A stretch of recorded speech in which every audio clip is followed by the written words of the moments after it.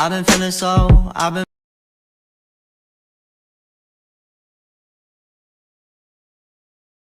Assalamualaikum warahmatullahi wabarakatuh. Sebelumnya, perkenalkan nama saya Arda Marvian Arceladi dengan NPM A1G022119. Baiklah, pada pertemuan kali ini saya akan menjelaskan materi tentang Total Quality Management yang diampu oleh dosen pengampu saya, Bapak Dr. Muhammad Kristiawan MPD. Total Quality Management, ada 6 hal yang akan kita bahas, yaitu yang pertama, konsep dasar Total Quality Management. Yang kedua, pengertian Total Quality Management. Yang ketiga, pemikir-pemikir Total Quality Management. Yang keempat, implementasi Total Quality Management di lembaga pendidikan. Yang kelima, pilar Total Quality Management. Dan yang keenam, ada hambatan implementasi Total Quality Management di lembaga pendidikan. Baiklah, langsung saja yang pertama ada konsep dasar Total Quality Management. Pada dasarnya, setiap lembaga pendidikan atau sekolah menginginkan memiliki mutu yang tinggi dan unggul. Untuk mewujudkan mutu pendidikan yang tinggi dan unggul tersebut, lembaga pendidikan harus menerapkan dan melaksanakan Total Quality Management atau manajemen mutu terpadu. Total Quality Management merupakan suatu usaha keras yang membutuhkan kerjasama dari semua instansi pendidikan terkait perwujudan mutu dalam lembaga pendidikan atau sekolah.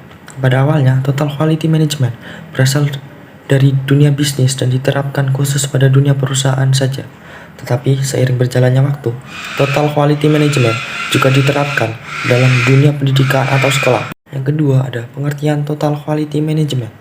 Menurut Zahroh, Total Quality Management merupakan suatu pendekatan dalam usaha memaksimalkan daya saing melalui perbaikan secara terus-menerus atas jasa, manusia, produk, dan lingkungan.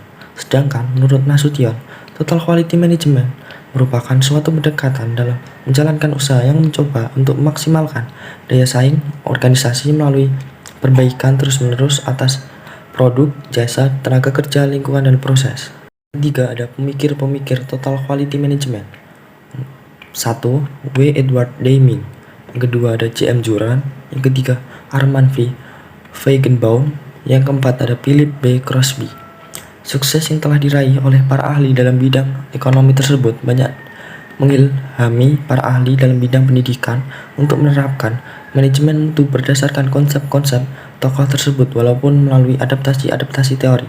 Sebab, ketika teori manajemen mutu dalam bidang ekonomi diadopsi ke dalam bidang pendidikan, ternyata banyak menimbulkan masalah karena adanya perbedaan karakteristik antara ekonomi, industri, dengan pendidikan. Hal ini menimbulkan kajian menarik di kalangan para pemikir pendidikan untuk mengkaji relevansi manajemen mutu dengan indikator-indikator mutu dalam bidang pendidikan. Yang keempat, mengimplementasi Total Quality Management di lembaga pendidikan. Menurut Zahroh, ada beberapa hal yang harus diperhatikan dalam mengimplementasi Total Quality Management dalam lembaga pendidikan, yaitu yang pertama, adanya perbaikan secara terus-menerus. Perbaikan dilakukan senantiasa secara terus-menerus oleh pihak lembaga pendidikan ke arah peningkatan yang lebih baik. Yang kedua, adanya standar mutu. Adanya standar ini bertujuan sebagai dasar atau landasan dalam pengembangan mutu. Dengan adanya standar, lembaga pendidikan berusaha mengembangkan lembaganya. Yang ketiga, adanya perubahan budaya atau kultur. Pada tahap ini, lembaga pendidikan harus pandai-pandai memilah budaya yang baik dan tidak untuk lembaga pendidikannya. Yang keempat, adanya perubahan organisasi. Organisasi harus diarahkan pada peningkatan mutu pendidikan. Semua anggota harus aktif dalam melakukan peningkatan mutu. Yang kelima, ada pilar Total Quality Management.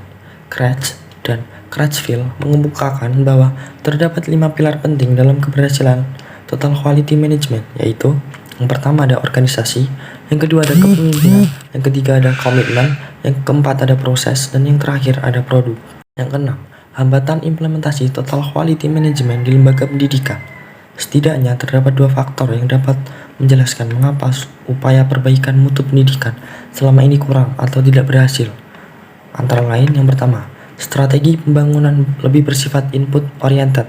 Strategi yang demikian lebih berstandar pada asumsi bahwa bila mana semua input pendidikan telah terpenuhi seperti penyediaan buku, alat belajar lainnya, sarana pendidikan, pelatihan guru, dan tenaga kependidikan lainnya, maka secara otomatis lembaga pendidikan akan dapat menghasilkan output yang bermutu sebagaimana yang diharapkan. Yang kedua, pengelolaan pendidikan selama ini masih bersifat makro-oriented, diatur oleh jajaran birokrasi di tingkat pusat. Akibatnya, banyak faktor yang diproyeksikan di tingkat makro dan tidak terjadi atau tidak berjalan sebagaimana mestinya di tingkat mikro. Dengan kata lain, kompleksnya cakupan permasalahan pendidikan seringkali tidak dapat diperkirakan secara utuh dan akurat oleh birokrasi pusat. Baiklah, itu saja materi yang dapat saya sampaikan. Saya akhiri. Wassalamualaikum warahmatullahi wabarakatuh.